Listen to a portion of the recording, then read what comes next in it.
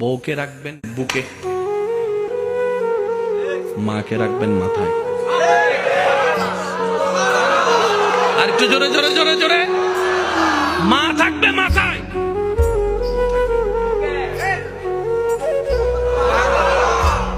তো বুক আর মাথা তো এক নয়। জোরে জোরে বলেন না, জোরে জোরে বলেন না। বুক আর মাথা এক নয়। বুকের দায়িত্ব আলাদা, মাথার দায়িত্ব আলাদা, স্বামী ক্যারেক্টার আলাদা, সন্তান ক্যারেক্টার আলাদা।